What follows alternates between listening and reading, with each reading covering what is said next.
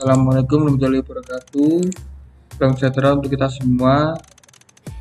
Syukur kita ucapkan atas semangat kesehatan dan kesempatan yang Tuhan berikan kepada kita sehingga kita bisa berkumpul dalam pembelajaran online melalui Open Learning UMS. Pada kesempatan kali ini saya akan menyampaikan materi kasus 3 di Praktikum Manajemen 2 dengan kasus materinya adalah membentuk positioning merek. Oke, di dalam strategi pemasaran kita harus berpedoman pada strategi targeting dan positioning. Ini sudah sering kita dengar di dalam Praktikum Manajemen 1 ataupun di dalam manajemen pemasaran.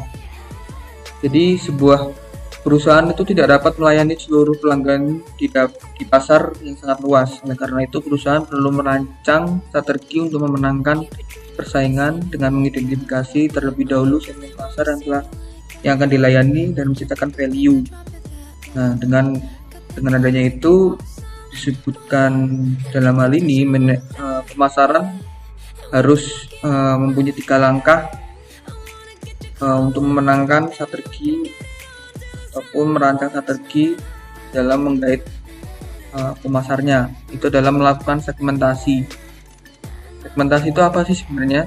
Segmentasi itu mengidentifikasi dan memilah-milih kelompok tertentu sebagai kelompok pembeli dengan mengidentifikasi dan menemukan keragaman kebutuhan yang diinginkan. Dan langkah-langkahnya biasanya apa aja sih?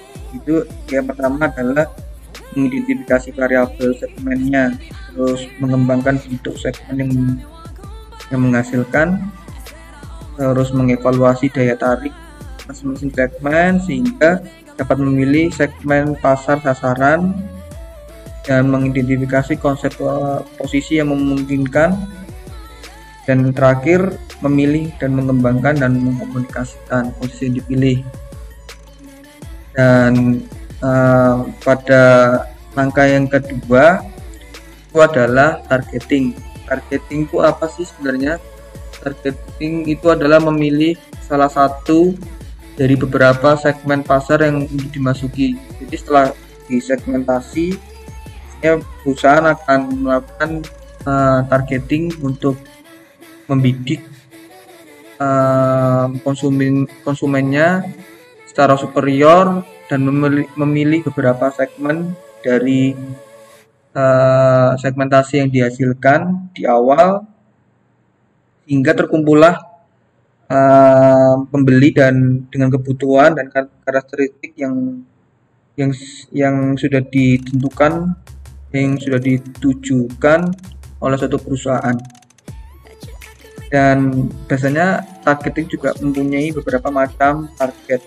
Ada target sasaran jangka pendek dan masa depan, terus juga ada target primer dan sekunder, dan yang terakhir adalah positioning. Positioning ini adalah langkah terakhir untuk membentuk dan mengkomunikasikan manfaat utama untuk membedakan produk perusahaan dengan produk yang lainnya. Ini adalah tindakan untuk merancang penawaran dan citra perusahaan agar menempati suatu posisi yang kompetitif yang berarti dan berbeda di dalam benak pelanggan ataupun sasarannya. Oke. Untuk penentu positioning ini adalah tentunya perusahaan juga harus melakukan apa yang harus dia lakukan terhadap pikiran dan calon pelanggannya itu. Jadi perusahaan akan memposisikan produk itu di dalam pikiran calon pelanggannya. Ini seperti itu. Oke, untuk materi strategi pemasaran atau membentuk positioning merek cukup sekian. Setelah ini akan ada tugas ataupun quiz yang harus teman-teman jawab di dalam video tugas selanjutnya. Terima kasih. Wassalamualaikum warahmatullahi wabarakatuh.